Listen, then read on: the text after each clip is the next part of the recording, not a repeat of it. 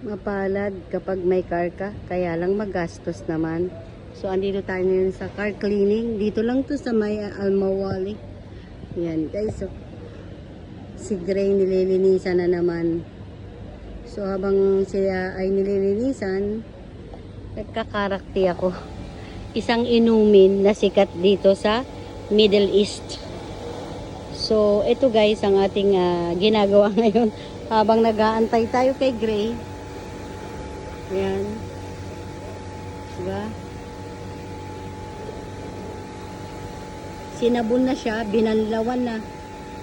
Ayan. Binabanlawan na si Gray guys. Okay. Habang binabanlawan siya, inom muna tayo. Ang init kasi guys. Grabe. Init dito sa Middle East. So inom muna tayo nitong pambansang inumin. Ito yung pambansang inumin nila.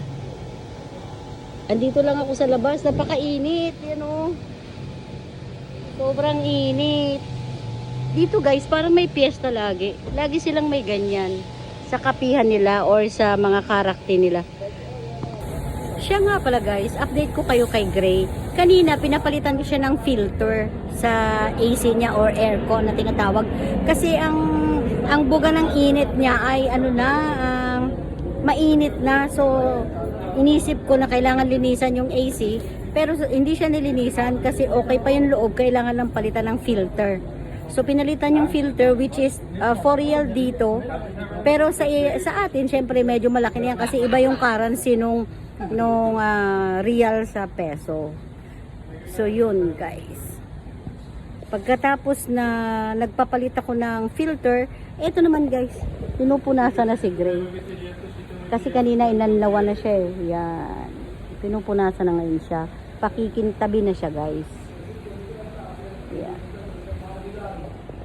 So yun lang. Update ko kayo mamaya. Namumula na ako sa sobrang init. Kasi ang init dito guys, parang 48 degrees na siya ngayon. Kahit gabi.